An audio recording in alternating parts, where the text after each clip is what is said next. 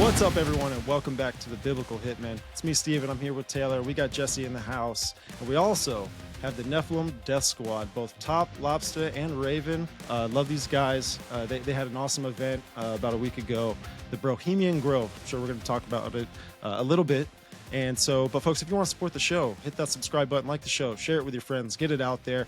You could also support our show on audio platforms as well, Spreaker, Apple Podcasts, and Spotify. All of it will do. But with all that out the way, boys, what's going on? Nothing, dude. Another day in paradise. Top, do you want to handle the plugs? I feel like you should handle the plugs. Why don't you say? Yeah, I just felt shameless feels plugs. Disingenuous. Like we've been talking for 30 minutes, and now he's like, "Oh, we're gonna do a show." Like we were looking too. It was a great conversation. Yeah, we should have just rolled into it. Where could they find us? I don't know, dude. Nephilim Death Squad is that name. I guess if you put it in the Googs, you could find all the stuff we're doing. Top Lobster with an A at toplobster.com. That's where you can find racist t-shirts. And David El Corbo is on X, and he has a couple other names on. Follow us on Instagram. Find us everywhere because we just post sporadically all over the place. So follow us to see what we're doing. We're trying real hard. We have work ethic, but we have no plan. No plan of execution, so everything is very chaotic. But if you guys, you mentioned that show, we did Brohemian Grove. You guys were there. I want to thank you guys for hanging out and performing at Brohemian Grove at our Conspiracy Roundtable.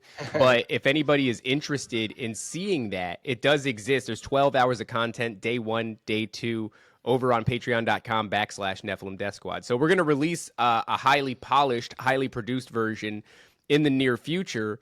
But for those of you who have been experiencing FOMO, right? Everybody's been posting about it. Everybody's been talking about it. A lot of people have seen bits and pieces of the event, and it looked fun. That's because it was fun. And I feel like a lot of people feel like they missed out. So you can go and be a part of the fun, a raw, unedited version, about 12 hours of content, patreon.com/Nephilim Death Squad. Or you could just wait. Some of that will make its way into a documentary that we are making. That documentary, unfortunately, is it seems like that's being pushed back because we set out obviously to do some sort of conspiracy documentary that revolved around aliens and entities and things like that you guys talked about, but the event went completely sideways. And so we're going to be making 2 documentaries, but the first one, it seems, will be about I don't know, I guess it'll be about cancel culture or what happened with the event and the characters within the event, because you guys you were there day 2, you saw what happened towards the end and all throughout, but all those people are people that are not really allowed to perform to a live audience in live venues in polite society, but we did it anyway. And I think that's what this documentary is going to be about. It's about doing the thing that you're not supposed to do or not allowed to do and doing it anyway, and kind of proving that this was all. Yeah, in fact, I think it's actually a deeper, not to make the event too deep, but I've through the struggles of trying to execute Brohemian Grove, I've realized sort of a deeper principle that lies underneath all of our decision making, here in this realm, and that deeper principle is that we are constantly being petitioned to choose between faith and fear, and so. When cancel culture comes a knocking, it does a great job of provoking quite a bit of fear in an individual or a group. And you can choose that fear, but I believe that everything that God has planned for you is right on the other side of that fear. And that's why the Bible says continuously to fear not. And that's why God tells you instead to have faith and to lean on him. And so that's really what this was at the heart of it. Honestly, maybe faith over fear. Is that too much of a cheesy name for a documentary, Top? Yeah, it's gay. We got it. It is better. We have to behave too. We've got to be. We've been told we have to behave. But I don't know if you guys. I mean, our work on MK Ultra stuff is interesting. I think we might have talked a little bit about it. But I don't know if David's ready to. Maybe we could disclose some of the things that we're talking about now because it pertains and it pertains in a big way to the documentary, to the event, to what we've been doing and sort of going through, what we did yesterday. I don't know. What do you think? Can we give like an abbreviated or a non-specific version of this to these guys? I mean, yeah, that's fine. I mean, it's an idea that we have, and it's something that's kind of been shown to us recently, and we've been talking about it. So maybe we should. I'm fine with that. Right on. We're gonna change all the names. All the They're taking the show over. Just run it. Run it. Yeah. Run it. Where do we start? Panties. The panties. Panties is a good place to start. Yeah, I think that's a fair. Well, here let's pose a question to the boys, the biblical hitmen. So I love how we just said panties, and they're like, "This can go anywhere." Yeah. So Dirty are you panties. familiar with this idea that within witchcraft, which I am now comfortable with the idea that it's much more prevalent than the average person might imagine. And I know that it's to varying degrees. Might be a chick rolling around with, a crystal necklace who occasionally burns sage and tries to ask the universe for one thing or another, right? And then there's much more extreme versions of it. Let's hear. What do you guys think about witchcraft? Yeah, what do you guys think about Start with Taylor for sure. The guy with the cross on his head. What do you think about witchcraft? Yeah. From my past. It's crazy because I've dealt with a lot of people who have dealt in that. I've actually, I've prayed for a lot of people who are demonically possessed. I've prayed for witches and warlocks. It's very real, and I've seen it with my own eyes. I've seen demonic things with my own eyes. I've seen people get thrown across the room. I've seen people literally talk in like what's called Enochian fallen angel language. I've seen A to Z, bro. So I know it's real, and I know people definitely try to manipulate people. I don't know if the whole panty thing, you're going in that direction with I do know they do love spells by doing stuff with that, putting it in red soup and then doing some other stuff I won't get into, but they definitely try to use a love spell by doing that. Wait, what's up with the red soup? I think that was a euphemism. Okay, yeah, No. because I didn't know if you're trying to correlate it with the witchcraft, because they really do that stuff. Well, let me ask you this, Taylor. What then would you think if someone who was accused of witchcraft left behind an article of clothing, undergarments that were quite soiled? Yeah, they are leaving DNA for some sort of a love spell or attraction spell, they're basically leaving their DNA for something, because they work. They even use your a lot of in voodoo, a lot of Haitian voodoo too, especially they'll leave traces of DNA using hair, using what you described, soiled panties and stuff like that as well. But they're definitely trying to lock onto something or attach something through that. That's what it seems like. It almost seems like an anchor point. Yes. If they can leave something, especially if it's genetic based, if it's DNA based, if they can leave something behind in your home, which is an interesting thing, right? Because so many of these spiritual attacks, they require a certain degree of consent. If you go back to the idea of a vampire needing permission to enter your home, so you allow someone in who engages in this sort of thing, and they leave behind an anchor point. That's what it feels like to me. So what we're getting at is that Top has had in his home an article of clothing, let's say, that was pretty rough, left behind by someone who seemingly, or I would say clearly, was a witch. So Top, I don't know if you want to unpack a little bit about how that went down and how you even discovered that she was a witch. Jeez. Yeah, I mean, it was 1-to-1. Was this recent? 3 years ago. Okay, I'd say semi-recent. Semi-recent, but recently putting some things together. And again, I could be wrong. Could be crazy. That we just had moved in here, and I showed Steven some pictures of my house, so you see what it looked like before in the video, and what it looked like after. So in the before, this is what it was before. It was just kind of not nice. And we were planning on doing renovation, but it took a while. We got screwed over by the contractors, the whole thing. So I was like, all right, the house isn't done. We just moved in. We have no furniture. I know a guy that does stand-up comedy, and he does something called porch tours where he goes around, and he was like, hey, can we perform? Could I perform in your house? And I was like, sure, it'd be fun. So there's like 100 people in my house, and he's just performing stand-up comedy. But some of my friends are coming from all different states, and they're sleeping over. Like the guys that you might have met, the Tower Gang guys and stuff like that. They're staying at the house, and one of them brings a girlfriend, and they're staying in the spare bedroom. It's fine, whatever. During our performance, the girl is going up and down the stairs with another girl, and they're kind of like laughing, and my wife was uncomfortable with it, but I was like, but on camera, and we're performing, so I didn't really notice much. And the way you described it to me, though, is like they're running up and down the stairs to this bedroom constantly, up and down, giggling. And they're like snickering like teenage girls, which is who caught them? You know who actually caught them? Who's that? Which is my aunt. That if you guys are fans of the Top Lobster show or early Nephilim Death Squad, it's an episode called "Scissors in the Lawn." Go ahead and subscribe to. Yeah, exactly. Taylor. Scissors in the lawn. All right. Yeah. Okay.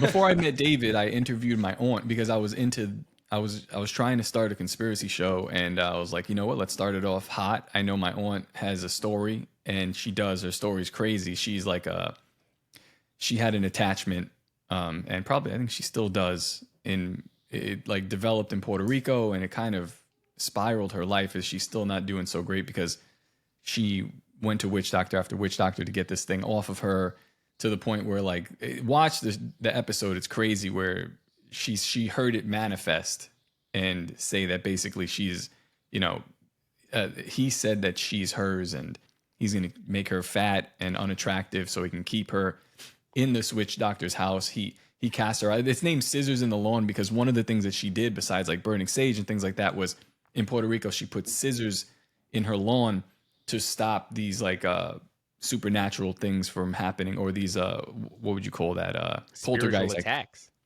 Well, yeah, but really it was just like poltergeist activity, like scratches and stuff knocking over in her house. So she'd put it in her lawn, and I thought it was funny because like her neighbor will come, and my uncle, and he'd come and mow the lawn, and every time he'd be like, why is there scissors, and pick them up and mow the lawn. And she can't explain it. She's like, oh, and then she'll put him back. So she's doing that kind of stuff. But she was the one who caught them going up and down the stairs, and she told my wife, and she was like, I don't know what's going on there, but it's like weird. That's weird. Weird behavior to catch on your radar from adult women. Yeah. You know what I mean? Like, that's a very strange thing. You're a guest in someone's house, and you're running up and down the stairs, and you're snickering like teenage girls, to the degree that his aunt sees it and goes like, this is strange. I just want you to know. She, like, my aunt catching it makes sense because she is involved with, I don't know if I'd say like witchcraft, but she's involved with these things. Like, she's been using these techniques to battle whatever this is. And this followed her from house to house, state to state. When she's in Florida now, and that house is still. Is she in New Orleans by chance? No. Because there's a lot of witchcraft down there. Yeah, what's up with Islanders and witchcraft?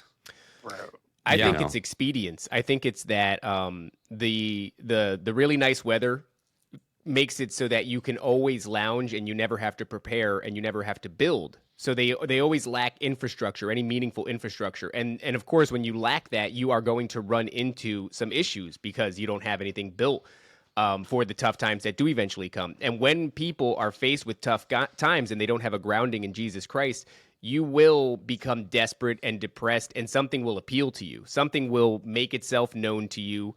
And next thing you know, you're communicating with it, and then you are... you're inspired one way or another to sacrifice to it in order to get some sort of short-term gains. Let me in. It's like, as I think about these things, it's weird. Doing these shows, doing our show, it reveals a lot because you get to hear from other people. But then as I'm like recounting some of the stories, I'm like, a lot of things make more sense to me as I go. So let's get back. I don't even think I ever told David this part either, but so how did my aunt get this attachment? Because I think it's important to understand, and also important in the development of like why I am where I am right now and what was happening.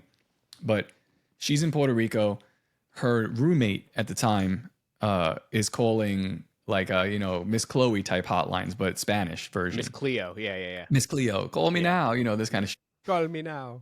Yeah, and she's on the phone, and the psychic is telling her there's a woman sitting across from you and something to do with her, but I need to talk with her now because there is something bad happening with her, and it's my aunt. They were roommates and they're living in the same house. So she puts her on the phone, and like this lady blows my aunt's mind with whatever she knows. She goes and she talks to the lady, and then boom, from there it's just like unleashed. Whatever is happening is going crazy in the house, and that's how it starts with her. But it's interesting because my wife was actually living with my aunt years later, before we got married, in her house, and we were living in Coney Island. I was living with my parents still, and my wife had moved in temporarily with her in like a separate bedroom that like my uncle had passed, but she's living there. And one day, my wife just calls me and she was like, "Man, your aunt just like said that somebody's coming from Puerto Rico and she's going to be living here with us. Her son was there and he's into like some gangster shit out there, and someone came in their house looking for him, couldn't find him, killed his friend in the house, and now they're like fleeing." And I was like, "Oh no." And that day I was mad at my aunt for a long time, and I was like, "Oh, by the way, Taylor, that tattoo there, that's a Princess Mononoke tattoo right on your arm." Huh? I spirited away. Yeah. Right. Okay. Yeah. I was telling David about that stuff. I love it. Miyazaki. Yeah, that's a very, very crazy movie. But anyway, right. I took my wife immediately, and she was in my wife at the time. I was like, "Guess what? You're moving." And I just packed up all her shit, and I was mad at my aunt because I'm like, "Yo, number one, you're gonna bring somebody here that someone wants to kill." Yeah. And like, I don't know what's going on with this. Turns out that lady that she moved in from Puerto Rico was the same lady that she had initially moved in with when all this started on her. And thank God, I just like just retarded spirit moved me, because I wouldn't usually do something like that. That's like extreme. She had a lot of stuff, and I was just like, "You're moving, all your stuff gone." And there was no overlap. She never lived with those people, but God only knows what would happen if she would have. It's just something moved me to like get her out of there. And you could ask my wife about this. She'll tell you the same thing. Like, I had to explain to her why. Like, she was like, "I don't understand." Like, like it's not that like I have my own space and it's not. I was like, just no, it's not happening. So yeah, wow. It's just kind of crazy thinking about it. How like that attack might have been just a continual attack throughout my life, and I'm kind of like avoiding it. You know what's weird, dude, is way. when I first met you and started talking to you, like you would say like, "Oh yeah, I never really had anything crazy happen."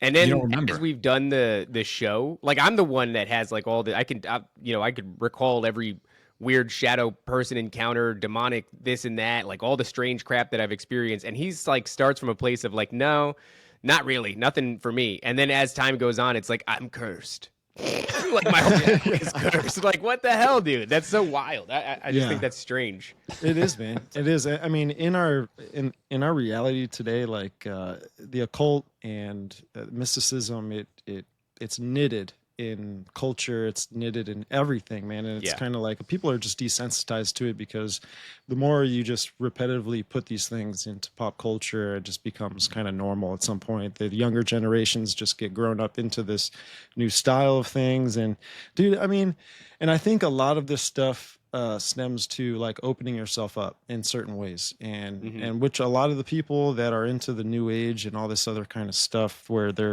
they go to these mediums and all this kind of, you're opening up doorways, like right.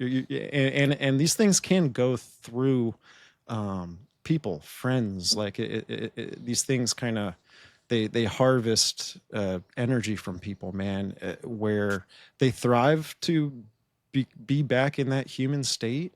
And the only, it's like getting a fresh glass of water after a workout, you know. It's like that's what they crave it, you know. They crave the they crave the satisfactions that we have and the fleshly desires. That's it. Know? It's the sins of the flesh. They want to experience the physical. They, you know, wherever they are kind of sucks, I guess. It's like they exist, but in some pseudo form where everything is dulled significantly and they can't interact with the physical realm. And so they need access to you, but they're clever. So it starts real slow, real slow. And they creep in over time. And, you know, it's like, you want to talk about it being ingrained in pop culture. I've been having this conversation with my son a lot where they will constantly in children's entertainment and in children's like video games and such, they'll show you demons over and over again. And they're like the bad guys. The demons are the bad guys and go, okay, fine. And some of them, you know, it's like, well, some of them are good guys. But what's up with Labubu?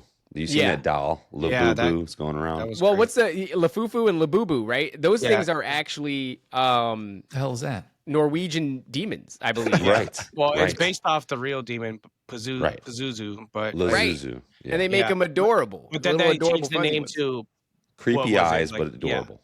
Yeah. Some other cutesy name. They'll put them in there. Like, for example, my favorite game growing up, one of my favorite games was Devil May Cry. And that is you play, you know, Dante, who is the son of a demon named Sparta, and the also a human woman, right? So he's a Nephilim, is what he is. And what's really fascinating about it is, well, who's the main hero in that story? It's his father, Sparta, who was a demon that went against the other demons and ended up like closing the portal from the demon realm to the human realm to save the humans, right? So strike one, it's like, okay, yeah, so the great hero in this story is a demon.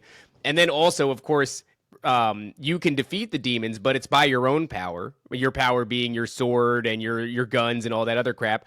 And so they're telling you constantly, like, yeah, the demonic realm is real. The demonic realm is real. But I tell my son, isn't it interesting that there's zero mention of God? There's zero mention of Jesus, but they're telling you that all the other elements are correct, right? And so then they go a step further and they go, not only is there no Jesus in this story, but the demonic realm is real, but the way to defeat it is by your own power, right? Not through the name of Jesus or anything like that. He's already done the work. We already have authority over the spiritual realm through his name. That's absent from it. It's by your own power, your own swords, your own guns that you're going to be able to defeat these things. It's fascinating because they remain so parallel to the truth, but they deviate on the most important aspects. And that is what... path. Yes. That's the path that my aunt took. You know, there you go. It's like fighting fire with fire, man. You can't fight, you know, witchcraft with more witchcraft. It's just gonna like add on top. They do that in everything. Think about like Naruto, right? Naruto is a great anime. My son really enjoyed it, but Naruto himself, the main character, is possessed by a demon. I know. And he uses this demonic spirit. He can control it, you know, which is like everybody's major flaw. It's okay. Yeah, he can take it. So it's like every time somebody uses a Ouija board, it's like, no, don't worry, I can control it. I know what I'm doing.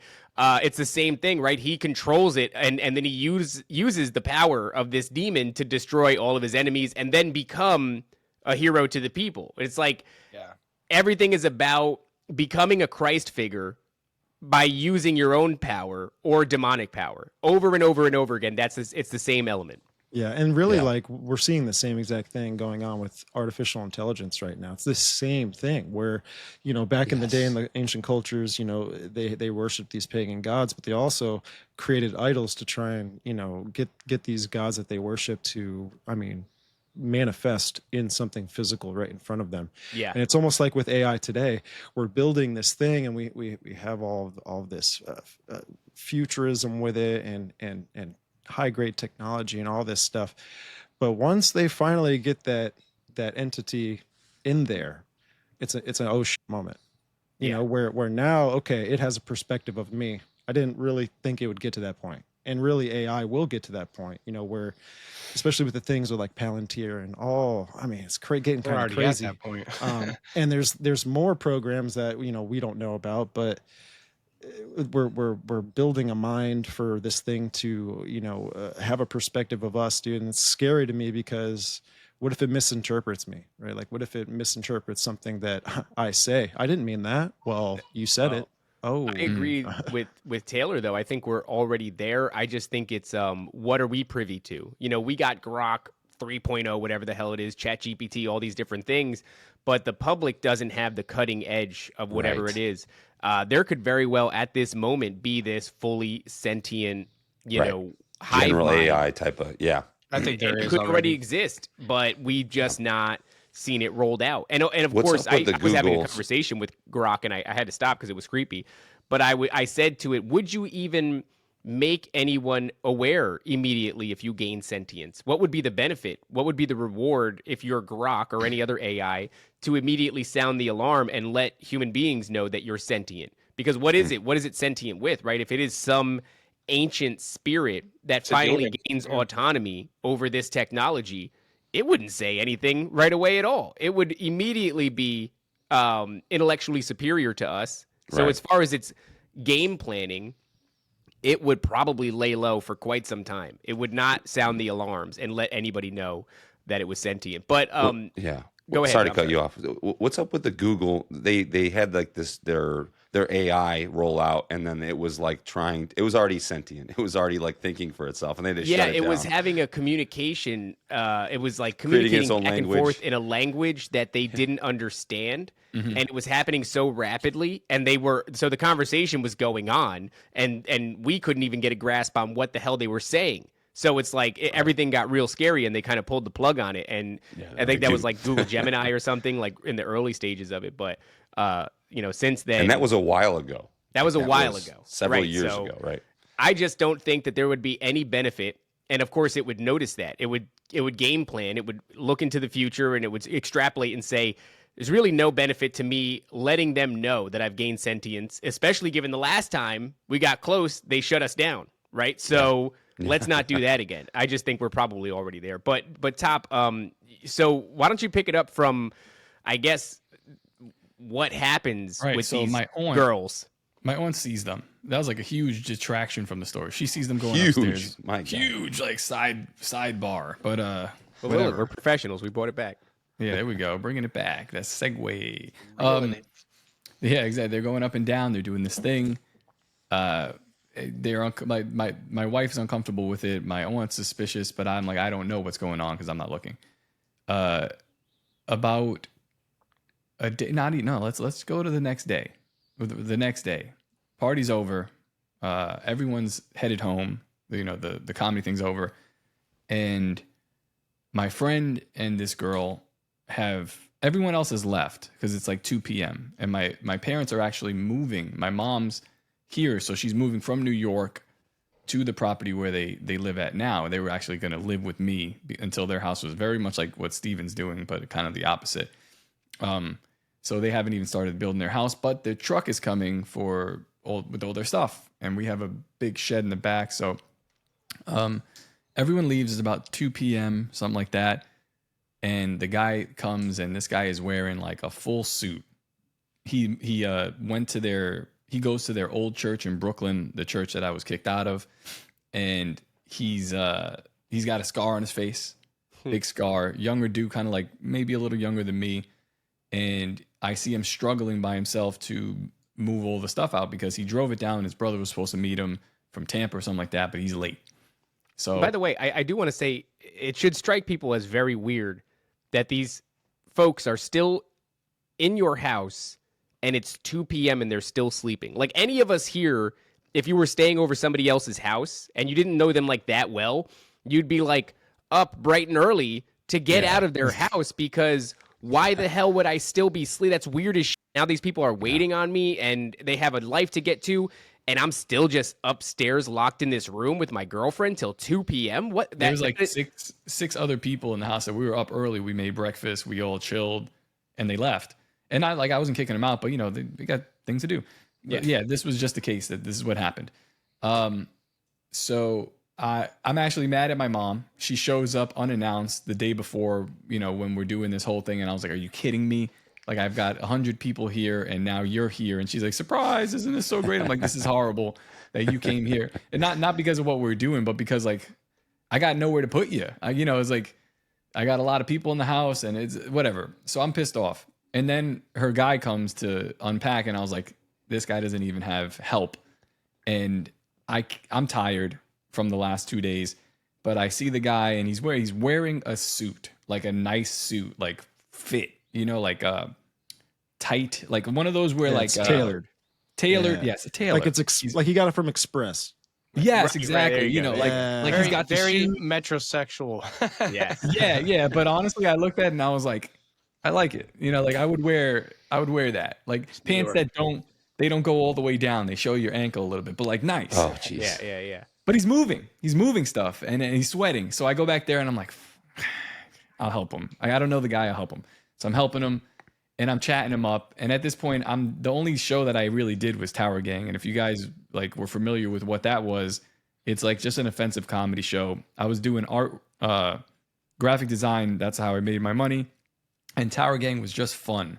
Like, it was just like we did a performance the day before, but only because the comedian knew who we were. But like, we weren't doing anything like that. It was just doing it, just for ourselves, basically, and like the 50 people that would watch at the time. So I go there, I start chatting him up. I'm trying to figure out where he's at politically, because I know that's important. If you can figure out where someone's at politically, then you could understand how they're thinking, and then also how to talk to them. Right. So I find out very quickly he's based, like super based, more based than I am. The guy, apparently he's like one of these dudes that started with the Proud Boys, and he started the GDL, the Goyim Defense League, that's now picked up by like other people that are way. The Goyim Sick Defense name. League. Yeah, that's crazy. That's hilarious. Yeah, you guys, if I say his name, you'd probably know him. But he shouldn't be on my property. This person specifically shouldn't be there. He's like, like a big name in that sphere. So I'm talking to him, and I figure it out, and he doesn't want to tell me either, because he's kind of embarrassed of the past a little bit about what he did and shit like that. We have a good conversation. We head back out to the truck. We're going in and out. And then my friend comes up and he's like, "Oh, I got to go." And I was like, "Oh, 2:00. All right, bro. See ya." Give him a pound. See you later. And his girlfriend comes out from behind him, which I know her for a little while, but I don't know her well. And she goes, "All right, Top, I'll see you." And she like stops like that. Like she sees a ghost. And I'm like, "What the?" And I look behind me, and the guy's there, and he's looking at her like, very serious. And there's like a moment where if I had scissors, I could just cut that connection between them. That's how thick it was. And I was like, I don't know what the hell that was, but goodbye. And then they get in and they leave. And so I'm like, all right, let's finish, keep moving. And now he's quiet, but like, I could tell he's trying to tell, like he's going to tell me something, because the guy's like just about that. And he just looks me right in the eyes and goes, "That girl, do you know her?" And I said, "Yeah, I know her." And he's like, "She's a witch." And I'm like, okay. And yeah, but this is before we do Nephilim Death Squad. This is before I'm thinking about any of this stuff. I have a background in the church, but not in the supernatural. I am just doing like what I'm doing at the time is full silly comedy.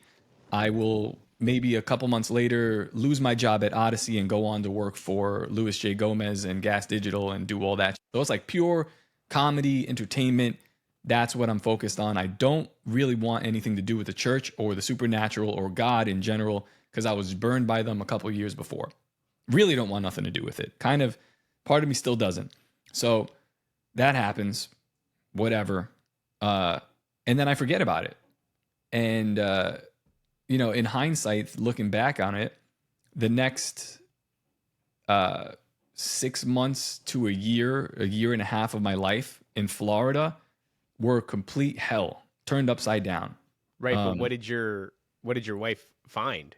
All right. Yeah, so we're tired. I think even maybe the next day we go, and then we're like, let's clean up the rooms. And that was the last one because no one uses it.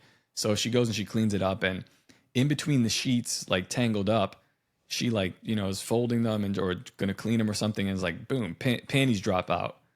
And I don't even think she tells me immediately, because she was like, "Oh, this must be embarrassing for this girl. Like, it's just a pair of dirty panties." And they fall out. And we find out later. And of course, we make fun of it. And it's a joke. Ha, ha, ha, ha. But it's like the way that, because your wife wanted to sort of protect, like she doesn't want to go out and air out her dirty laundry, right? Literally. But she goes, who said that? Which one are you? That was me. So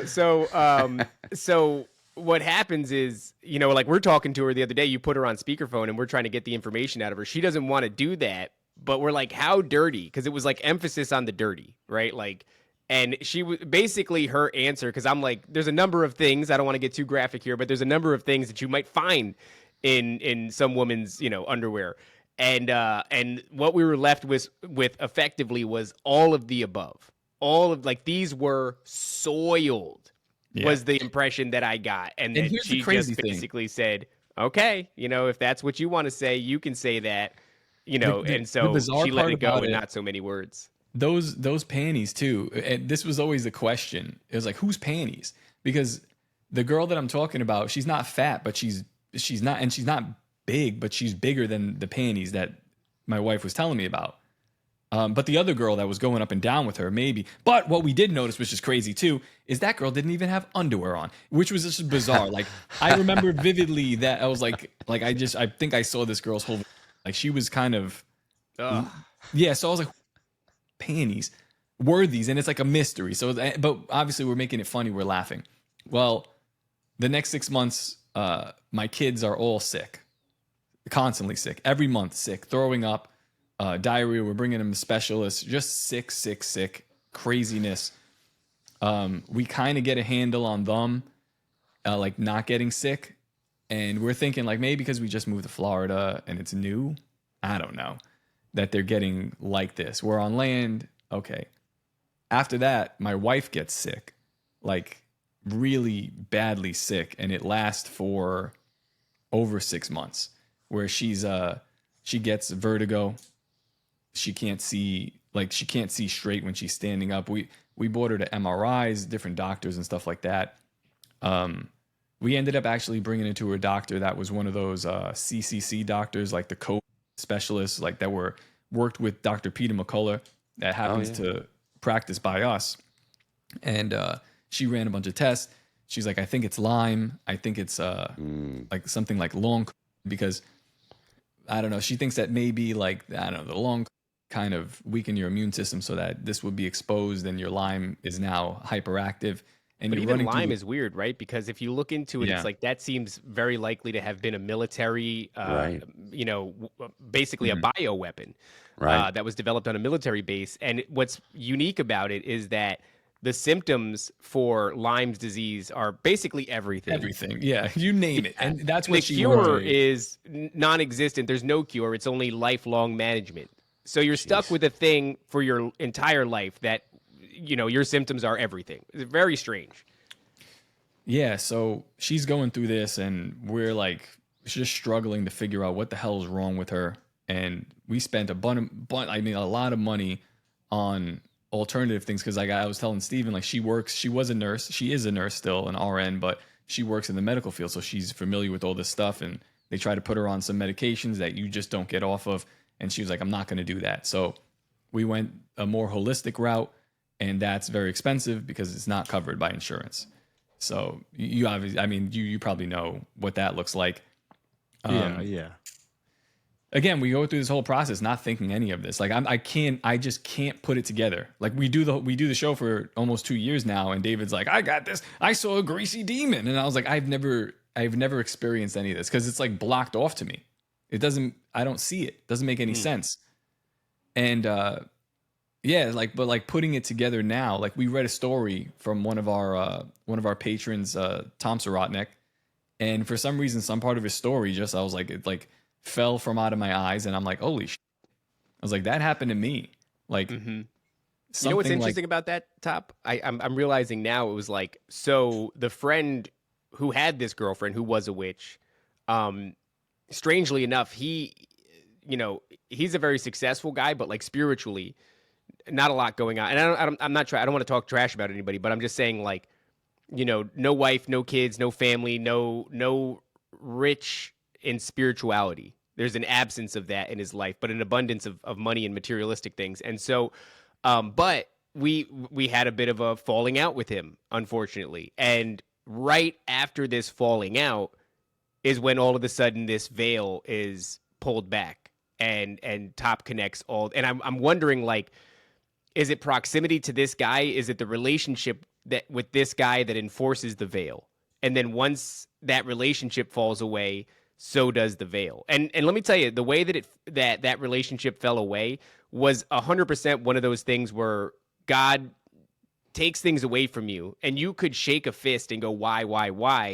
But God will do a thing where he takes things away from you that will bear bad fruit, that aren't meant to be. And this was, beyond a shadow of a doubt, exactly that. So in my opinion, God removes this guy from the equation. And, I'm still pulling for him. I'm hoping that he figures it out.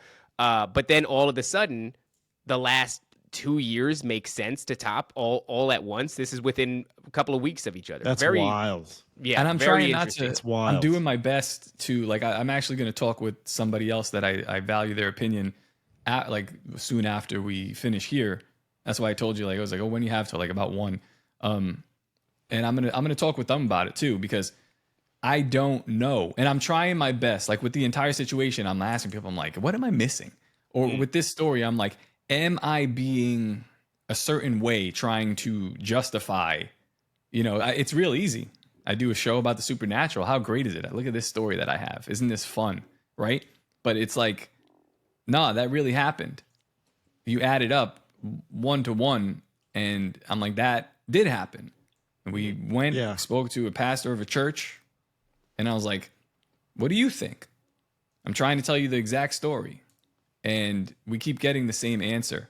And I'm like, I want a different answer. I want to answer like, well, you're reaching a little. I'll tell you this, man. I mean, just for your side, to ensure maybe some of the things going on, you know, and maybe it's confirmation, but I think I might know what you guys are kind of like talking about and everything, because I've watched your shows and other shows that you've been on and talking about the things leading up to like Brohemian Grove and all this kind of stuff. Very stressful leading up to Brohemian Grove. Right. And, you know, when I guess a fallout, right, kind of happened or whatever. But, you know, I called Jesse like that day. I remember you guys did some sort of episode or a live or something afterwards. And, you know, you guys were, it was an awesome show. But I called Jesse and I was like, dude, I think these guys, I don't know what it was, but I was like, I think these guys they broke through something. I don't know. It's really hard to explain because you guys had a more driven attitude, and again, maybe it's just because I'm just focusing on the episodes I watched, but you guys had a more driven attitude to stand up against these entities or something, or you guys were like calling the shit out, you know, where you're like, I just saw a switch flip, you know, where you're going super hard for God, if that makes any sense. You know what I think happened was not saying you guys don't go hard for God. I'm no, like, but I felt I agree. I don't know what it was. The thing is, you're not always given the opportunity to do it overtly. And what happened was an opportunity presented itself because, you know, I don't know if you heard, Stephen, from the episodes where I just can't stop talking about my dreams, but it was like during this time, I was sent dream after dream and vision after vision. Hold on. Tell the dreams. Go ahead. Okay. So one of my dreams. Well, no, check this out. Here is one dream that I think was massively important to this entire thing. And it was like, you have a falling out and the person you have a falling out with mischaracterizes you and says you're a liar, you're this, you're that. And when you feel vindicated, when you feel justified, when you feel like you are the person that's residing in the truth, that spirit of anger and resentment can still utilize that. It's like, oh, you feel justified. You feel like you're, and you know what? You are. You are justified. So, there's video. That's what I'm saying. The crazy thing is like, here's a video of it. Yeah. But you can basically get fooled into believing you have the right to then behave in the spirit of anger and resentment and all this stuff. So during this time, I received this dream, and there's no other way to say it. Like, it was just, I had a chat with the adversary. Before you say that as well, there is what he's talking about is like there's that thing, and it's like, it's right because it's true, but there's something attached to it. And what I was feeling was the same thing. And it's something that I try not to do, where it's like, it's hard to say without sounding like but never stopped you before. Never stopped. Here we go. Like all the stuff that's built there. It's like, besides David, it's me. I built it. David helped a lot with everything I built, but besides all, like everything that you see there, the relationships, the stuff, all that stuff was me. And it came to it like I was like, man, like we really need, like we had this thing, we really need help with this. Maybe we need like, and like it was revealed to me, it was like, it was you. It wasn't this. And like, then we did the event and it was like, it went perfect or better than I could have imagined. Yeah. And it's like, I didn't need external help. It was you. But then there's the pride there, right? So it's like, it was you. Like nobody else. And I'm like, partially true. Like you have to, I got to acknowledge that, because I cannot be like, oh, I just can't do this. It's like, like I need help from, and you do need help, but there's a lot of it that's true. But you see the lie in there. There's like a 99 truth, and then the one lie is like telling you like it's all you. It's you. And so you have the right to be angry. You have the right to throw this in his face and all this crazy crap. So this dream that I have, like I said, I find myself speaking to what I believe is it was Satan. And the reason that I say that is because, so here's the dream. I'm on a ship, and the ship is on really choppy, chaotic oceans, a chaotic sea. And I am having a dialogue with a man who I have this notion, 2 words, ancient vampire. Ancient and vampire are the things that I associate with this guy. Now he's older and he's well dressed. I mean, he's wearing like a tank top like I have underneath my shirt here. But it's tucked in, and he's got like a nice belt. He's got nice slacks. He's got nice shoes. So you could tell like he had something at one point that was very nice. He must have taken it off. And so I'm having this dialogue with him, and there are people surrounding us, by the way.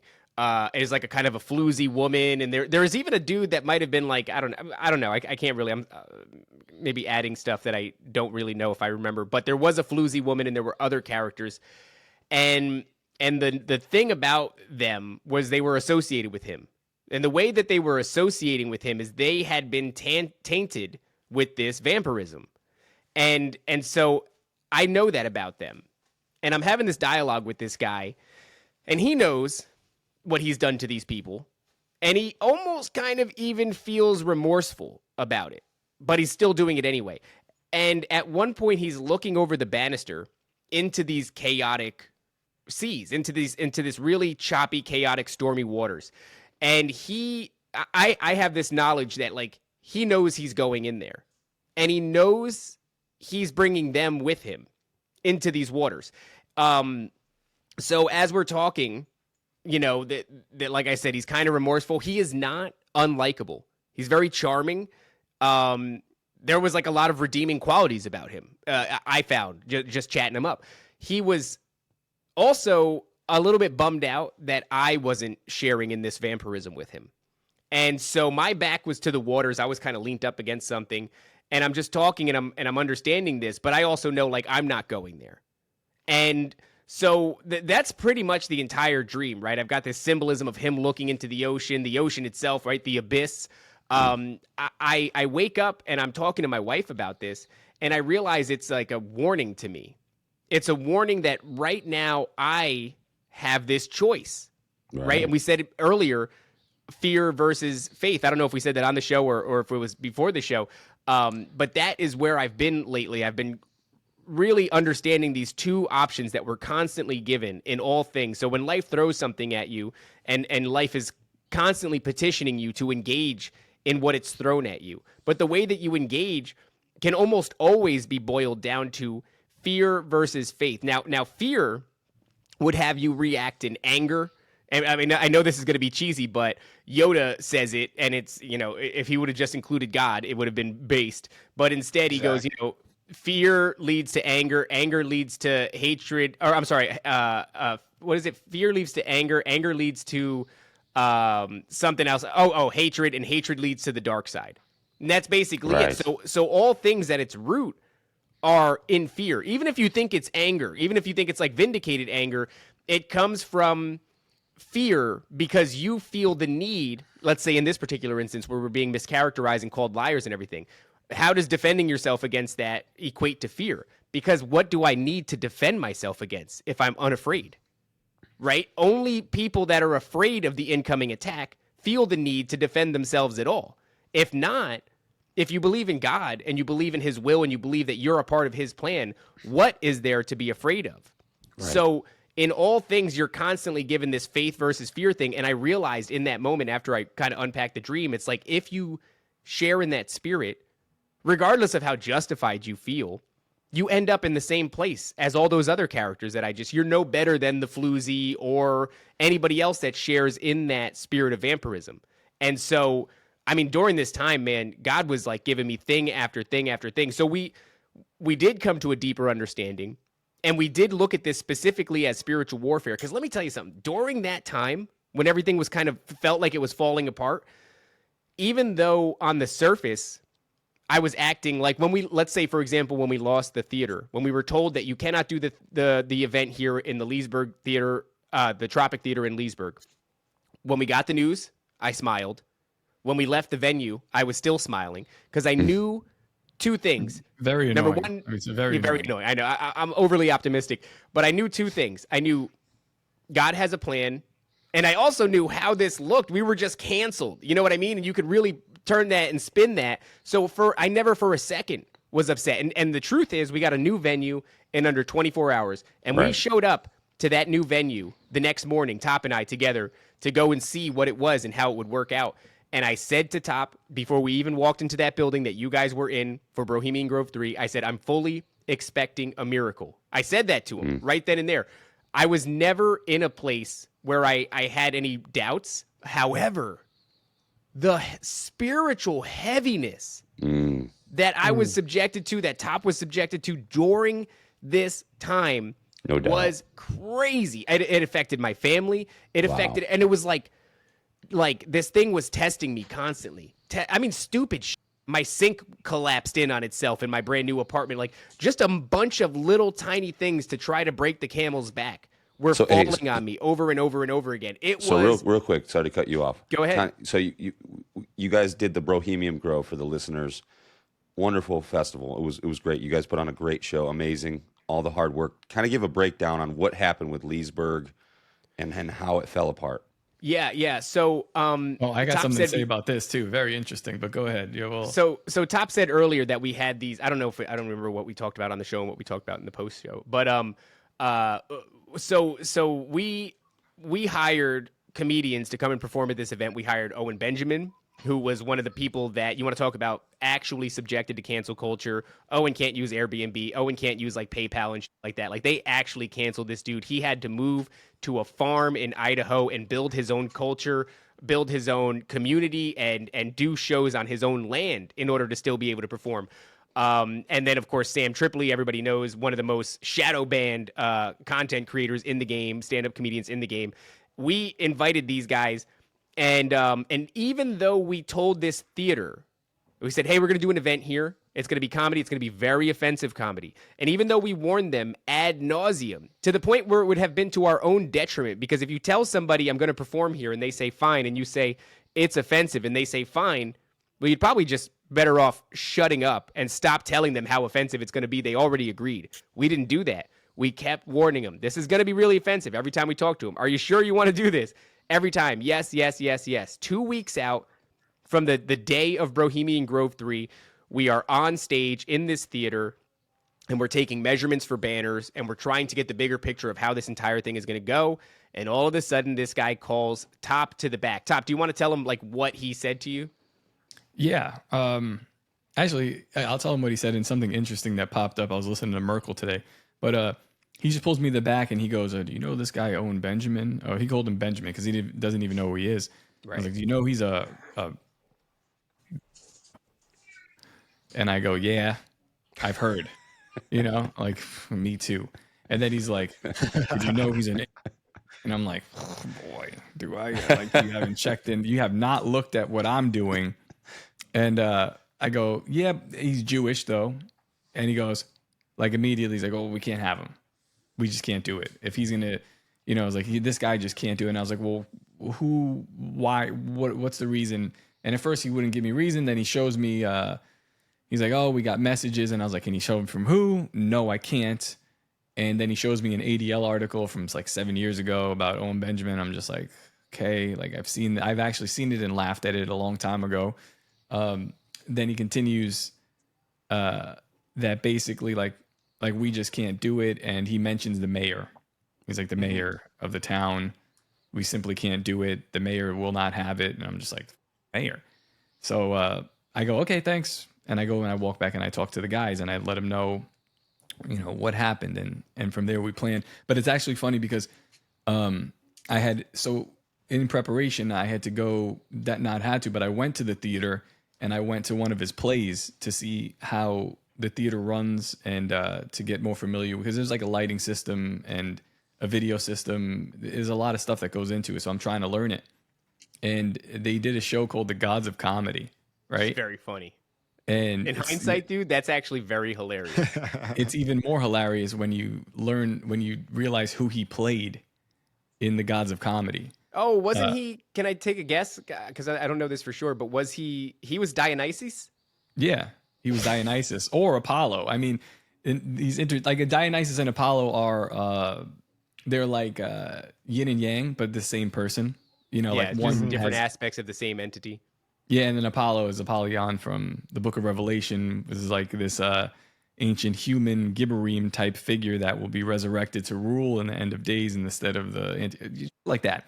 Oh, so yeah. I just thought of super cool I was like, stuff. Oh, super cool stuff. I was like, right there, I should have been like, this is gay and fake, and I should have left the theater then, but I didn't. So very stupid on me. That's kind of funny though that was.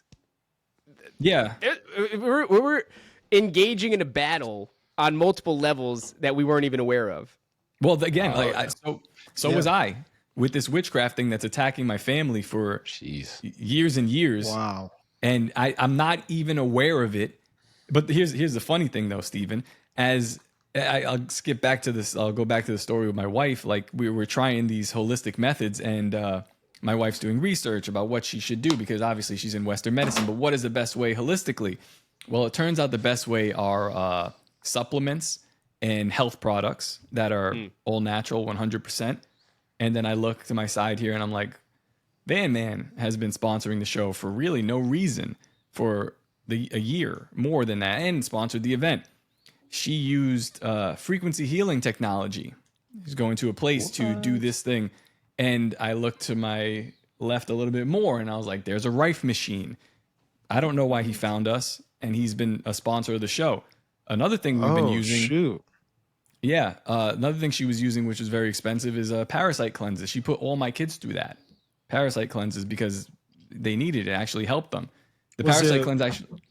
Was it Touchstone Essentials for the parasite cleanse, or was it? I don't know. My wife was using one from it was from some pharmaceutical company, but our first sponsor, our very first sponsor for the show is Purge, the Purge store. They were Purge suddenly, now they're Purge store, and it's just a parasite cleanse company. And I was like, I spent tens of thousands of dollars getting my wife up and running, and it was given back to me exactly how it was taken. Wow. Crazy. Wow. And still. Wow. And still I'm not fighting a spiritual battle. Still I have no idea what's going on. You know what I mean? Oh man. Crazy. Oh man. And I think it is attack. I think it is attack from the enemy, the principalities, whatever powers that be in the forces of the ethereal realm or whatever, right? Like Brad talks about it. But dude, if and there's this conflict, there's like a chess game going on between both sides, good and bad. And obviously we're calling out the bad, which, there's going to be circumstances when doing things like that.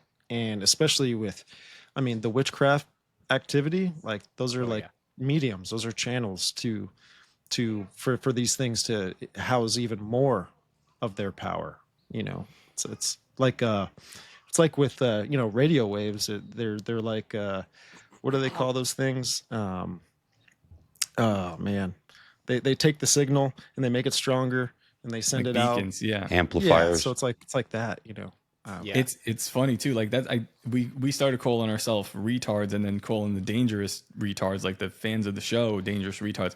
But it truly does. It's true. It's like if I wasn't retarded, I wouldn't do this because we are actively pointing at the devil or whatever you like to call it and calling him gay. And it's like there's going to be consequences to that when you do it in a funny way. Like we're laughing. I'm having a good time and everyone else is too. But there's consequences to doing that. And I think if we were smarter, we wouldn't have done it. But I think it's something that you got to do. I think it's something that's necessary. I think the real icing on the cake, and because we talk about how Brohemian Grove came together in a way that was like really unbelievable.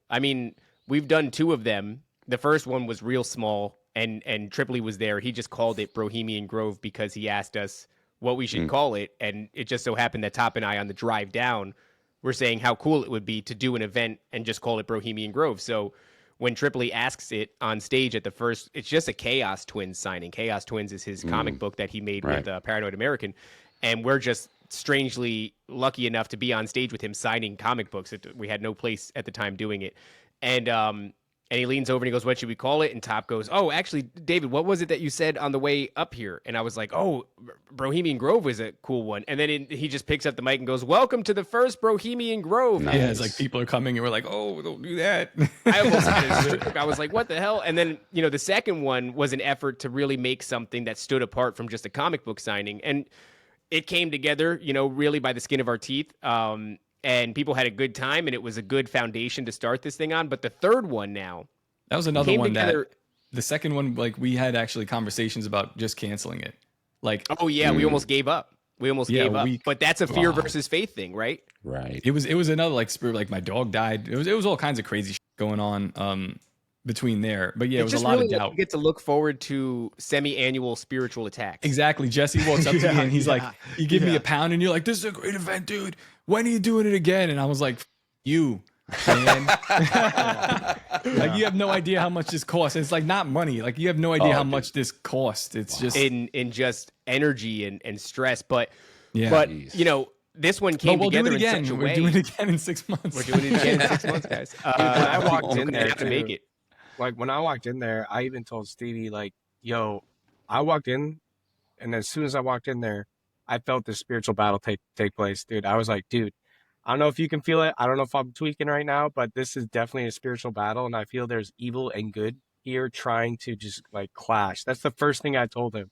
And I was like, bro, it's, yeah, you could feel it in the air, bro. Well, I think the thing that I did that might have seemed like a small gesture, but I don't think it was a small gesture. I think it was the thing that made it like transcend beyond what we had imagined it was going to be.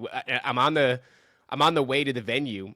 I think it was day one, and I drive and I talk to God, which I know actually doesn't look as psychotic because we live in the age of like you have your car speakers and like that, so nobody thinks I'm crazy. But I talk to God and I'm telling God like, hey, I don't know. Number one, I'm always asking to just be an effective servant, right, and to be in alignment with His will. Whatever your plan is, whatever your will is, I want to be there. I want to be a good servant. And then I look at this and I'm like, well, what have I built? What have Top and I built? Yeah, and what have we done? What have we done? Right. So I recognize like it's debaucherous, it's retarded, but at its core, it's built on Nephilim Death Squad, which is built on Jesus Christ. Right. So I go, well, we built this on Jesus, so then I'm offering it up to God. Like consider this, what would you call it? Like an offering, like a sacrifice. Like we've built this thing, and I want to give it to you, and hopefully it's not so retarded that you go, I can't even use this, dog. You know what I mean? So like that, like I have this long conversation where I'm like, I want to offer this up to you, and if it really is something that these dark forces are trying to, because it's like it has a lot of influence. I just the truth of where we are right now with Brohemian Grove is it seems to have a lot of influence in our spiritual, conspiratorial, biblical corner of the internet. And so I don't want that to be taken over by something that's not of the Spirit of God.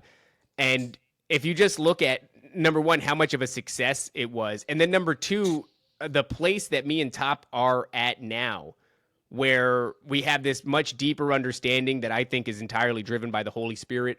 And we have these really unbelievable opportunities on the horizon. It opened up a lot of doors for us. And I don't know if all those doors are valid, so I have to keep asking God, like, shut the ones that aren't meant to be open and just keep us, make sure that you're at the heart of the plan, whatever the plan is your plan.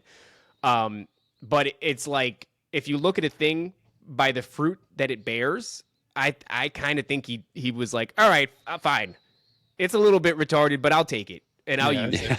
Right. So I think it worked. I love it, dude. Yeah, no, it's awesome beautiful. For you guys, man. And I think there's bigger things coming, dude.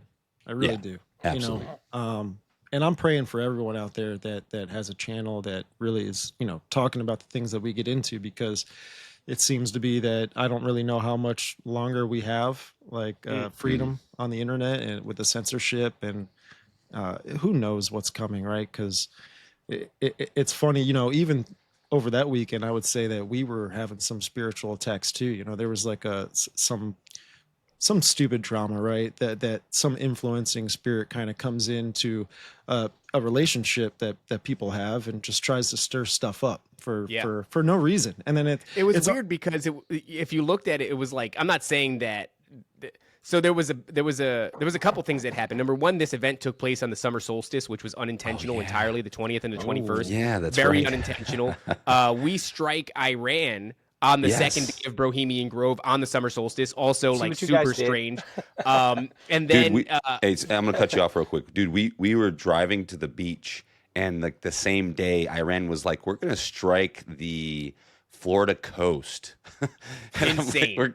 We're going there, and we're like, Insane. I'm not going to tell anybody that I saw that, but yeah, just like keep that one to yourself. And it's, that's the sky. This is it. They're constantly petitioning you, like fear or faith, fear or faith. Right. That's what this whole realm is constantly doing, is fear or faith. But the no fear.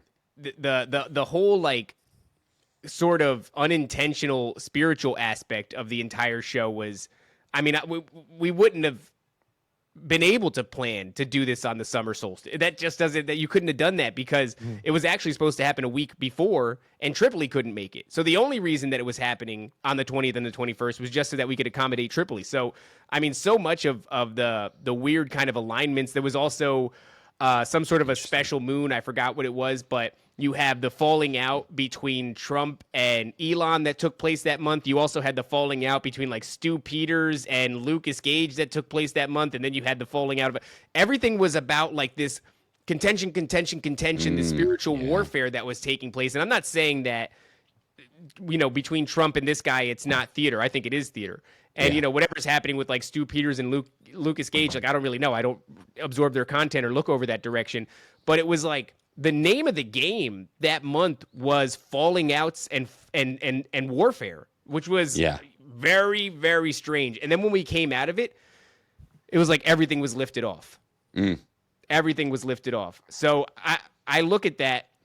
There was a lot of people that were saying things like, I'm also in my own household experiencing a very strange level of contention. Like everybody was going through it. It wasn't just us. It was like, it was the theme. Like, I don't know if I don't know. I don't know what it was, but it was definitely the theme of the month. It still is. It still is. Did you hear about the whole Candace Owens stuff that she just dropped yesterday? No. What is she on about? Oh man, this is wild. So yesterday, Candace Owens goes on and she's like, I got a secret. I've been holding on to something that I've been held to secrecy. And in February, she was pregnant in February this year. And she goes, in February, she pretty much got a call from this current administration, and she's talking to a handler. I have a feeling she was talking to J.D. Vance. I really do. She wouldn't say his name, but they were basically telling her to shut her mouth about Bridget McCrone, which is, we all know. Yeah. The whole, she's a man and possibly his father or whatever. Yeah. She's got a weird thing going on there. So the president of France, Emmanuel Macron, he's married to this elderly lady, right? That seems to be an elderly man. That also an elderly man.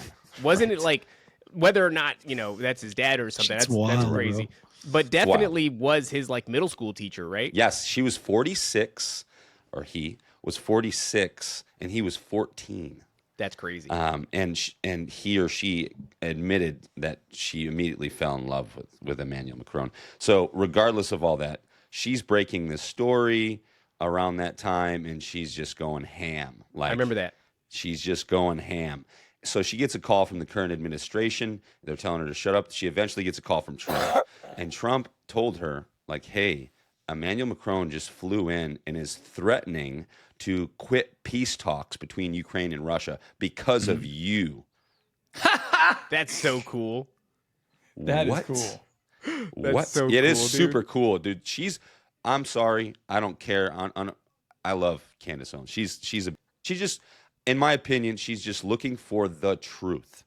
And if she's wrong, she will admit it. So anyways, that happened. And then she starts, so she came out with it yesterday.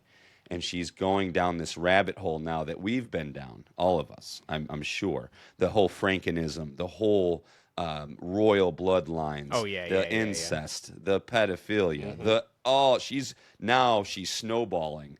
And she's going to bring in this to the mainstream. And I just think about Gary Wayne talking about all the bloodlines, the Nephilim, it just snowballs. Yep. And I'm like, yes, keep going. So if you guys haven't watched that video, go check out the new Candace Owens drop. Dude, she goes down a little rabbit hole, and she puts it together pretty well. But it's just crazy that Emmanuel Macron flew here to tell Trump, and I don't even think Trump knew what was going on. He's like, what? Okay, yeah, I want peace deals. I need to call Candace now. I don't know what she's talking about. I don't know what this is about. But it's like, it's about his wife that's a dude.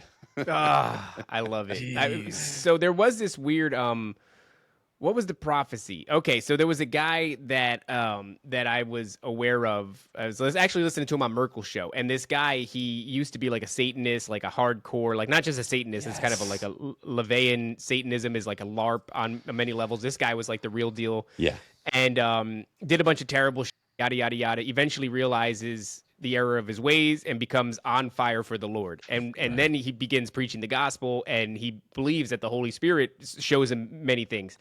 And, so what he says is 3 years before the lockdowns and everything, the Holy Spirit told him that this was going to happen, and that the real issue was, medical interventions on behalf of the supposed, sickness, all this stuff. So, okay, very cool, very based.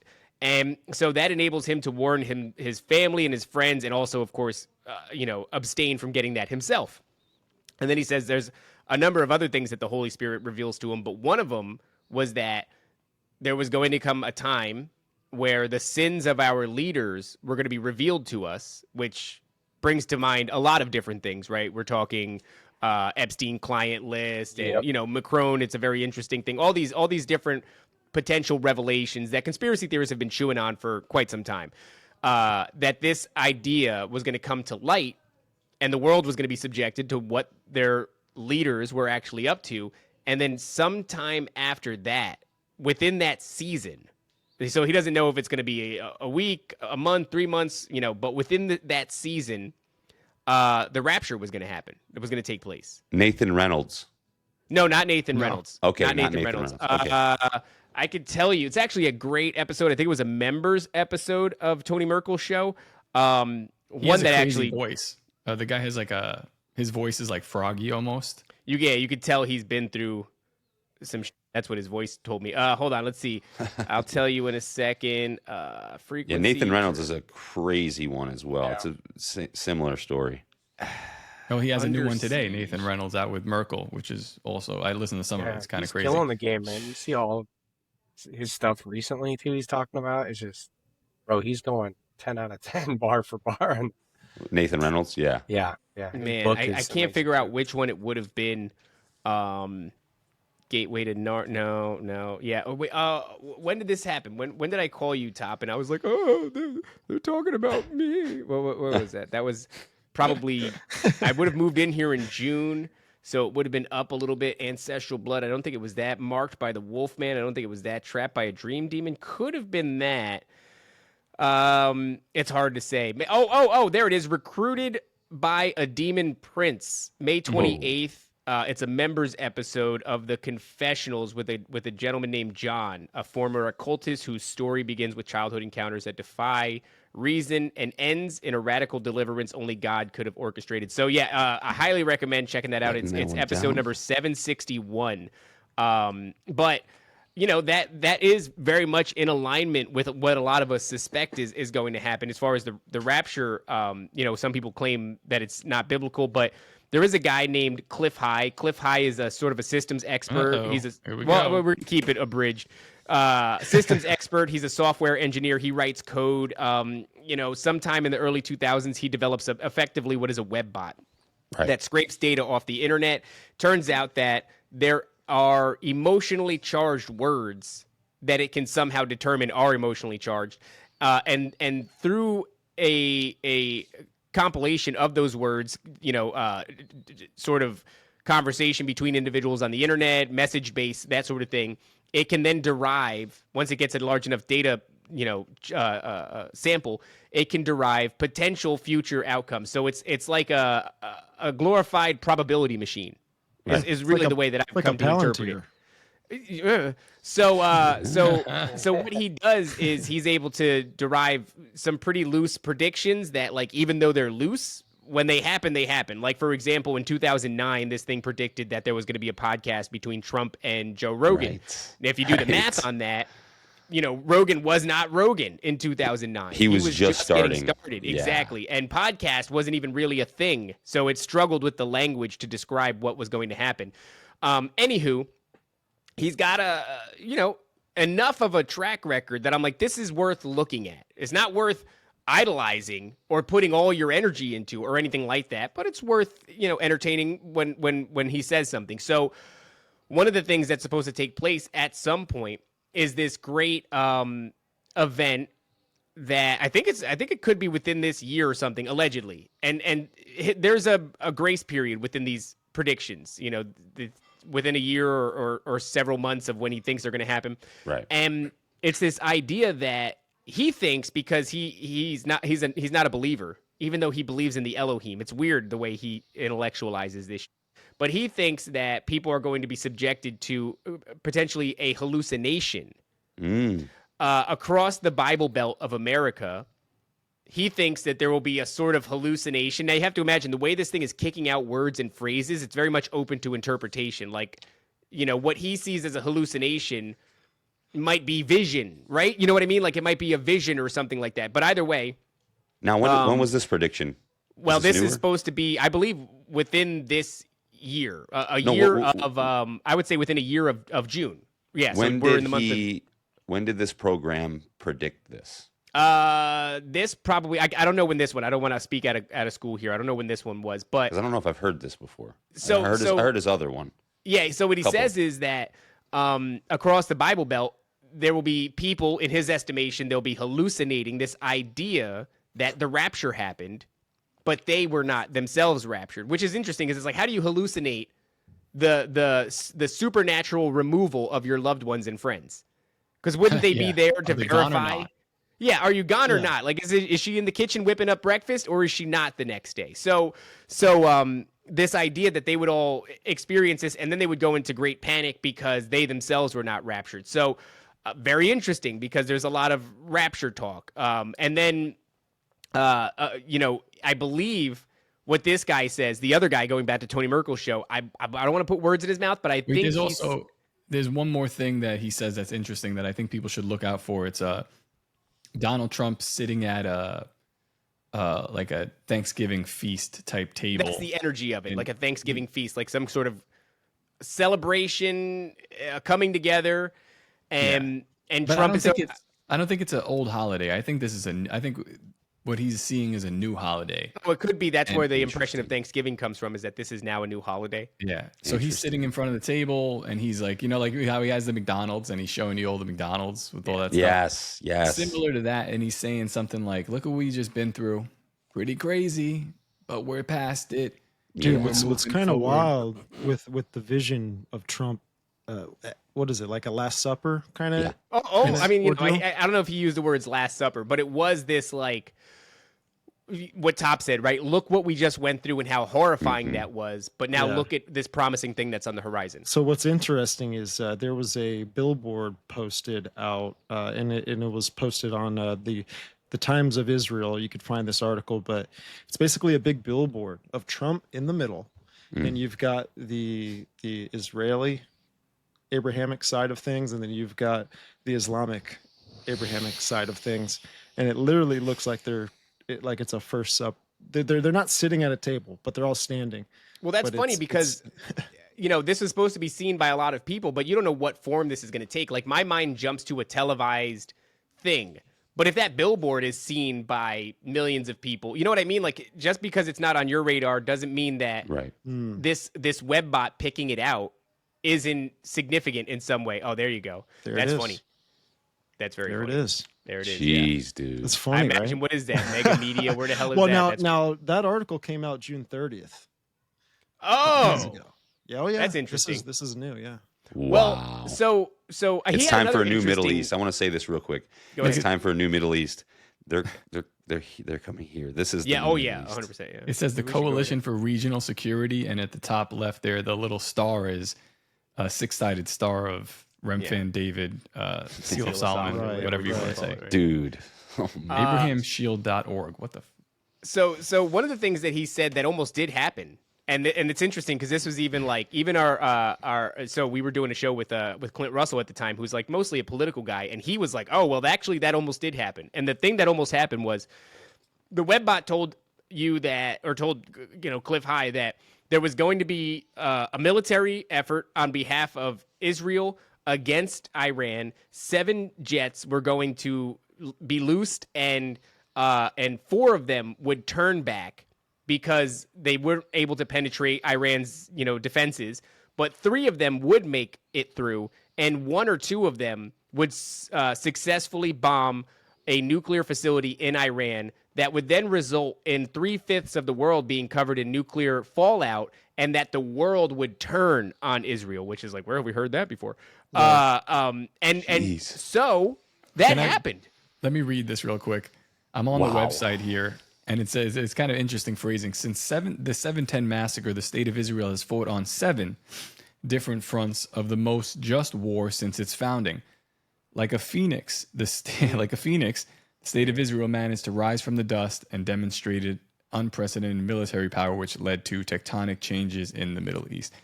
That's just the first paragraph. I'm sure this website is riddled like this. But so check that out. Those 7 jets, they were scrambled, but all of them got turned around.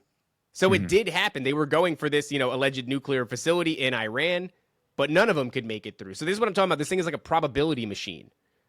And it ends up that this thing does take place, but none of the jets make it through. But this idea that, like, it seems like as far as destiny goes, one way or another, world theater, this story that we're all subjected to unfolding, the world will turn on Israel. That seems to me pretty obvious. Obviously, the Bible says that. Yeah.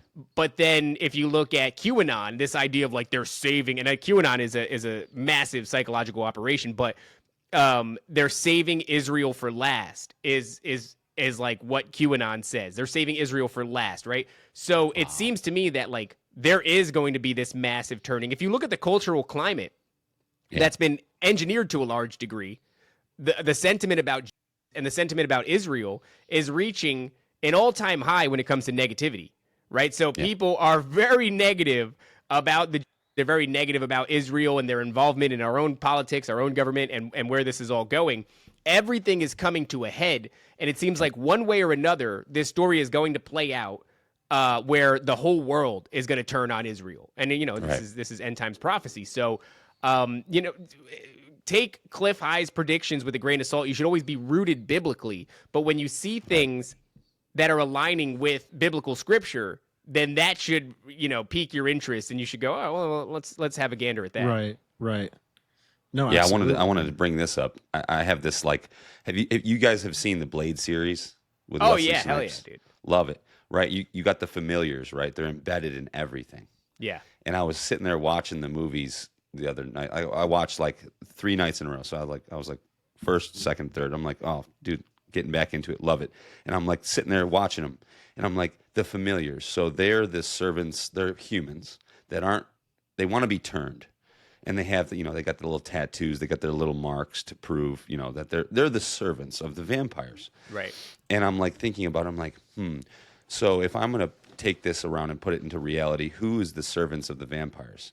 And you think about it and you go, the Freemasons, they're embedded into everything. And then you go, who owns and runs all the corporations? The Jews. Right. Right. So if they're the familiars, who's the vampires? Mm-hmm. And I'm sitting here thinking, I'm like, I love how Sam Tripoli says, I think the old gods want to come back out and play. Yeah. And yeah. Like, yeah. And I think I think the Jew and everything, I think especially the Zionists, like they want this to happen. They want everyone to kind of target them in a way, because it doesn't only make them special, but also ushers in their Messiah. Correct. So they need to have a peace Right. bringer. They need someone who's going to end this war and and basically give the Jewish nation, right, the tribes, they're going to give them the power again, and they're going to rule over the goyim. This is kind of like, if you this look is what at they believe. the Old Testament, where it's like over and over again they are bending the knee to these false gods. Mm-hmm. Every time God does something for them, liberates them, does XYZ, they're once again in short order bending the knee to these old gods. So it's like, yeah, if anybody was going to position themselves as a potential, let's say, vehicle for these things to possess, it historically speaking, yeah, the Jews have always been appealing to these false gods, these lowercase g gods, these fallen angels, these Nephilim, and things like that. I was talking on a show, I guess yesterday, where if you look at the movie Dr. Sleep. I love that. That's a great movie. It's a great movie. Within Dr. Sleep, there's like this coalition of ancient vampire creatures, and the lead one is this woman with a top hat, which the top hat is a symbol that is used by like the high-ranking wizards in Satanism or Luciferianism, and then what are they doing? They're going around and they're sucking the essence out. They need this essence in order to perpetuate, to stay alive. They have to. It's their existence. It's pretty. Mm-hmm. But if you look at Stevie out of children Nicks, specifically, because it's innocence, right? That's always the thing, is innocence. And of course there's like some sort of psychic energy makes certain kids unique. But if you look at Stevie Nicks, right, especially in the what is it, what's the band she used to be a part of, a great band, Fleetwood Mac. Yeah, the incredible music that comes out of this woman, and 100% possessed by some spirit, in my opinion. I believe she's possessed. And if you listen to this song, The Chain, is a Never Break the Chain, she's talking about, some of the lyrics are like, damn your love, damn your light. I think she's talking to God. She talks about, never breaking the chain. If you don't love me now, you'll never love me again. She talks about running in the shadows. Like, I think she is speaking from, look at that. There you have that's the archway, right? The Freemasonic pillars, and then the top one with the cornerstone and everything. I mean, they know what they're doing. They're doing something very different. And but that song, I believe, is sung from the point of view of the spirit, because it's like all great art is channeled, right? If you listen to, it's like a 60 Minutes or like a Time magazine article potentially with what the is this guy's name? Santana, Carlos Santana. And he's talking about, like, the secret to his success. Dude says it outright. I don't know if you can find this, Top, if you just type in Santana channels Metatron. He says it outright. Carlos Santana says... fan. That's right. But, I mean, like that... I mean, he says it outright, right? So there's no shortage of talented artists, give it be music or painting or movie makers or anything like that, saying that, either outright saying they're channeling, like in the instance of Santana, or saying, because they don't have a good enough grasp or they're trying to obfuscate it, that it comes from dreams. It came to me. No way. What's that? No, I'm just I didn't know this, but I knew about the Santana thing. But here's an article that I found. This is crazy. Breaking news from 2020, I guess. Give me a sec. We'll pull this up. They're talking about Santana, where he gets the name from, and it's not. Let me pull this up now. Oh wow. It's an anagram for Satan. Wouldn't doubt it. No, here even more. It's even more crazy. The secret Jewish history of Santana. Oh my God! Come on, dude. Strikes again. You didn't read that. So Carlos Santana, Latin rock headliner. Hold on, let's read this. Guitar Hero, who turned 73 Monday, from speculating on his Jewish roots, performing in Israel, peppering his dialogue with choice bits of Yiddish, or conversing with a Kabbalistic angel. That's Metatron. There you go. Who's the Kabbalistic angel? It's Metatron, right? Yeah. Man, there you go. Not good. Great guitar tone. I'm a big fan of PRS, but geez. So that's what I'm getting at here is I think Stevie Nicks in that song is channeling something, because it's like they rebel against God, right? Damn your love, damn your light. They're running in the shadows. This unbroken chain that she's talking about is this chain of reincarnation. Like they need to continually come back and house themselves in a mortal coil. They need the right ceremony, they need the right person, they need the right fit, and they can engage in these the sin of flesh, right? The desires of the flesh and all these other things, but also they can propagate their plans, right? Because that's what it's all been, one big plan since the fall on Mount Hermon, this idea to stay together, where they go one, they go all. I swear that's what QAnon is really about. And she's speaking from that point of view. And I think the love that she's talking about, if you don't love me now, you'll never love me again. I think, like, yeah, dude, they really love each other. I mean, some of them are in contention. They're really fighting and everything, but like they made a pact a long time ago. If you look at the movie Hancock with Will Smith, you know, he's an angel. He's got like some sort of memory loss. He doesn't know what he is. He thinks he's a superhero. It turns out he's an angel, and he has a love interest. It's a female angel whom he loves deeply, right? A love that like transcends empires and eras and all these different things. But you know, interestingly enough, if he's too close to her, he becomes mortal. And you can kill them, so they're forced to be separated. But I think like that aspect, we think of like fallen angels and the warfare and the rebellion against God, but these things are always painting a picture. Like when you listen to some of these songs, you're like, what love is this song about? This love is like they're singing about some different love. I think it's like these things actually do really, really love each other in a crazy way that most humans probably can't understand. And I think that she's channeling something. And that's what, I mean, because honestly, dude, if you look at what Fleetwood Mac did and Stevie Nicks' music, especially for the era, it was unbelievable. Like, I think it's unbelievable music. Anybody who's hearing this, go listen to Zombie. Never Break the Chain or The Chain by Fleetwood Mac and listen through the context of this bitch channeling a fallen angel, and then you go, oh, this makes a lot more sense. They did Zombie too, right? Zombie. No, that was the Cranberries. Oh my goodness. The Cranberries. She did The Edge of 17. She did Landslide. If you got, I mean, honestly, so many bangers. The Chain, Go Your Own Way. You can go your own way. It's good. They just had banger after banger after banger, but. You know, she's channeling. All these people are channeling at the highest levels, I think. Oh, too. And especially not only just the music industry, but the acting industry too. You know, like, and it's funny too. You know, Aleister Crowley. Like, you know, we obviously know that he's had interactions with angels, demons, aliens, all kinds of different stuff. But in one of his books, he talks about that one of the best ways, if not the best way, to invoke an entity and to invite one in is by the spirit of acting. And portraying someone that you are not, a character.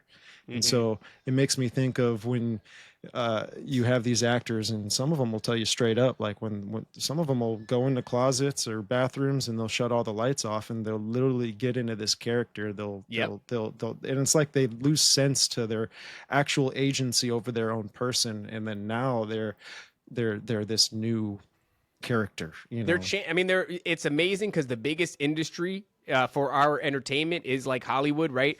And what we're all, bearing witness to is just people channeling, people that are possessed for whatever degree of time. And, and I don't think you get to choose. I think that's why some of these people lose their mind. Like a Heath Ledger ends up losing his mind and after playing the Joker. Right.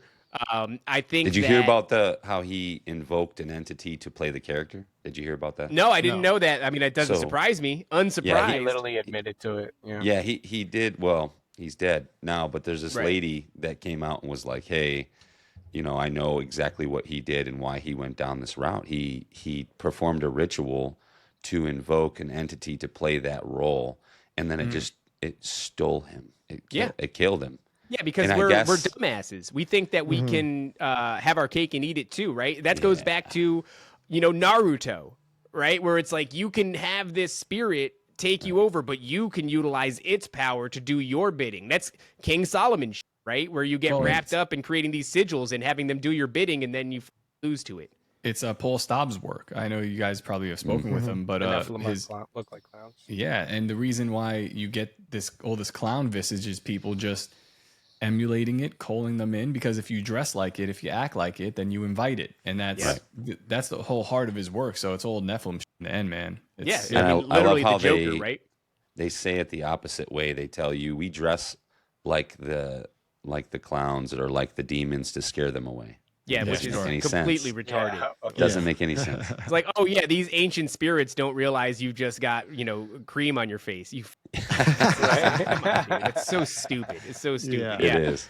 Put a smile on that face. Gentlemen, guys, thank you, man, for the show, man. And thank you for having us. This is a great conversation. Yeah, we're gonna get ready to wrap up here, though. But if there's any last, comments or messages you want to send out for the audience, please use the time.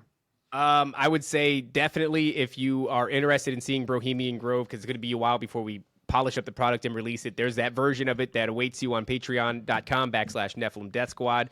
I do a show called Timeline Cleanse. If you guys are interested in that, it's not really conspiratorial. It's just a hang. We get to talk to the chat. It's a fan base focused show where the fan base sends me content and they engage in the chat, and I just talk directly to you guys. So if you're into that, you can find Timeline Cleanse on only Rumble because it gets a little bit crazy, or you can find it on audio platforms too. It's a bit of a new show, but otherwise, yeah, man, find Nephilim Death Squad wherever you can. We're everywhere, and we are working our ass off, creating a ton of content, all about the stuff that we just talked about with you guys. Yeah, you could find, obviously, Nephilim Death Squad. Find me on Twitter, Top Lobster. Go to toplobster.com. We're dropping. I have 30 shirts, and I'm going to drop. I have them. They're all set up. They're ready to go. I just don't know how to put them out yet. But all brand new designs, all pertaining to the stuff we talk about. So that'll be up there soon. And I guess if there is something I will leave you with, it's what I leave the show all the time with. And I think I know why I say it. I used to say it as like a joking thing, meaning like obey. I'd say obey, submit, and comply. Right. And I meant when I first made it, it was like a picture of a guy with a mask, and it said obey, submit, and comply. And I'm telling the people, put it on, shut the hell up, take your, watch the TV, eat the slop, and it's fun. It's almost like I do it, and I'm hoping you don't listen. But I think I mean it the other way now. Like, really do that. But to God. It's hard. Right on. Do it. Right on, man. Oh, man, dude. No, I love it, man. I love it. And hopefully, we'll be there for Brohemian 4. Yes. Whatever that's going to look like, dude. The events are awesome. The people there are awesome. Yeah, especially the karaoke with all the old folks in the back with the moose. Dude, disrespectful old people. Oh my God, the bane of my existence. But it is. They'll be in the audience next time. They're gonna. I walked into the Moose Lodge and there's like 4 80-year-old women on oxygen, and I'm like, what is going on? They were just jealous. They wanted to be there. That's what it was. Yeah. Who needs to be there next year is that lady who was at the bar, because my goodness, dude. She poured Jesse a drink. He's like, I'll have a Jack and Coke. Right. And I'm there chilling, looking. Yeah, I have my drink. Let me tell this story. Let me tell this story. All right, go ahead. Dude, I'm literally, so Doc comes up to me, I want a Jack and Coke. Give me a Jack and Coke. All right, I'm going to get a shot of bourbon, whatever. And the lady, I told her the order, and she's like, what do you want? Jack, blah, blah, blah. And the lady's starting to pour the drink, and she starts to pour the Canadian whiskey into the cup, and she just zones out at the ceiling and just fills the whole cup up. Whole cup to the she goes, top. oh, what am I doing? To the and top. I'm like, I don't know what you're doing, but you just filled the whole cup up. Yeah. She's being and then super cool, dude. Dude, I was like, okay, this is weird. She pours I don't know if she was doing a ritual and tricked me, but it's like poisoning his drink type thing. She slowly handed, I don't know what I'm doing. She slowly handed me the entire full cup of Canadian whiskey. Yeah, and I'm like, awesome. Yeah. Thank you. Yeah. She's like, this guy's going to get up here in 10 minutes and talk about aliens. Right? And I don't even know what I was saying. Seeing them. It's right, dude. We got a collab, by the way, on some merch. My grandma is an alien. We gotta figure that T-shirt out. Shout out your grandma. I She's heard dead now, but I love her. A lot of people, when we came away from it, one of the biggest takeaways is like, man, they really crushed at the bar. Like, great drinks, really strong. Yeah. And I was like, oh, that's good. And they weren't that expensive either. So it's good to get some Hell, they confirmation Had on that. nothing to do with That's that. hilarious. It had nothing to do with that. I didn't have a drink the whole time. I was busy. But Yeah, I'm you glad guys were that running it, man. I'm glad Yeah. they took care of the people. Oh yeah, for sure, for sure. So real quick, guys, before we go our separate ways, man. Again, thank you very much. I appreciate you guys. Look up to you guys, man. Keep killing it. God's got your back. We got your back. And so Taylor's gonna pray it out for us real quick, and then we'll go to another segment. All right, Father God, thank you that we were all able to be on here and just, have a good time and talk about the stuff that needs to be talked about, expose the lies in the world we live in and full of lies. And I just, I plead the blood of Jesus Christ over everybody watching and over our viewers and us. And I just pray that you continue to give us wisdom, discernment, and knowledge, and just put a hedge of protection around us as we venture into this darkness and just bring the light of Jesus Christ. And in Jesus Christ I pray. Amen. Amen. Amen. Amen. Thank All right, you, guys. boys. Yeah, thank you again, guys, and we'll see you again in the future. All right. Peace out. And folks, Nephilim Death Squad, Raven, Top Lobster, appreciate you guys for coming on. It's always a fun show and interesting show. Every time we kind of conversate with them and get them on, dude, that was kind of a wild story, man, with Top Yeah. and All of it. but it's so funny in life. There's things that happen in certain segments in time, but really you can't see the full view of everything until you get to 3, 4, or 5 years down the line. You turn around, you look at the chess game, and you're like, oh, dude, that's how that played out because of this and that and this. And I wouldn't be where I'm at if it wasn't for this. But man, dude, that was a terrible time. It's just all that kind of stuff. It's interesting, man. The witchcraft stuff, dude. When Taylor had something awesome to say about it, man, with the witchcraft stuff, and how leaving some sort of, what would you say, Taylor? When witchcraft practitioners kind of maybe do that. Yeah, they definitely know what they're doing. They're trying to leave a tangible like DNA trace or whatever it is to create portals to get basically the rights to mess with you and kind of get Wow. that free will. It's all about free will. So, they get that free will from you to do this or that, and then they could just Right. And it's like poison when you. it's like what Raven said too earlier in the show about the consent, right? It's almost like there's like this deal that goes on, a bargain where it's a transaction. And man, it's really sad that there's the possibility of people out there doing that to other people and trying. It's almost like what's that, voodoo doll. It's the Yeah. same thing like a voodoo doll, right? Yeah. You're trying to inflict pressure, stress, harm, and nothing really good on people. And Right. That can actually go back screw on that. them too. Yeah, Oh, it absolutely. actually can go back on them. That's the thing. You play with fire, you get burnt, man. Because you get what you're trying to put out, like that negative garbage. You can actually get it back, and it happens a lot in witchcraft. So, Dude, Yeah. I walked into Wild a stuff. house. I Stick sent with Jesus. Stevie last year, the year before, I sent Stevie and Louie a picture. I walked into a customer's Where are house. you, Jesse? How come I cannot see you? What? I can't see you. Your camera's black. I can see he's me. a vampire. I am a vampire. I walked into a customer's house, and there was a Donald Trump voodoo doll with a bunch of pins in it on their table. Oh wow.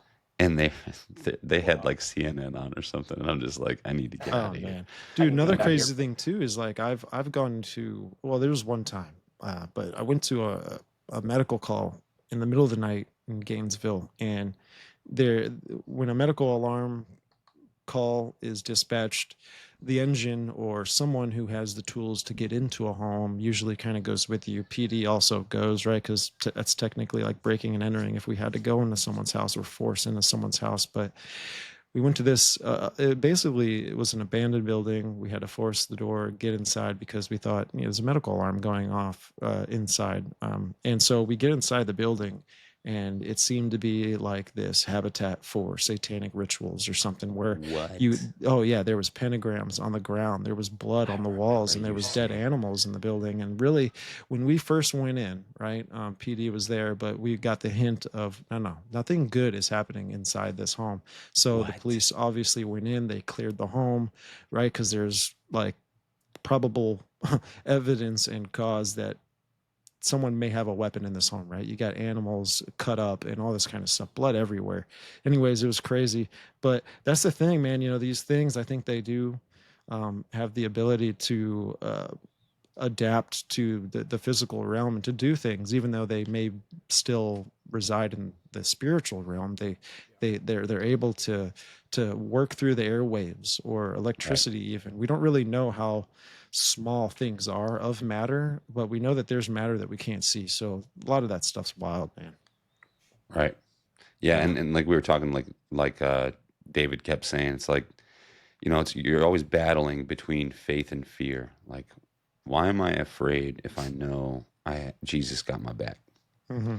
And I feel that I feel that statement. I'm like, man, I'm so on fire right now for the Lord, for Jesus Christ, and I'm just like, I just don't have that fear really at all. And it's kind of cocky in a way. It's kind of like it's confident. I fear You're confident in the Spirit of God over everything else. Right. And I'm just like, you just don't have to. Just don't be afraid.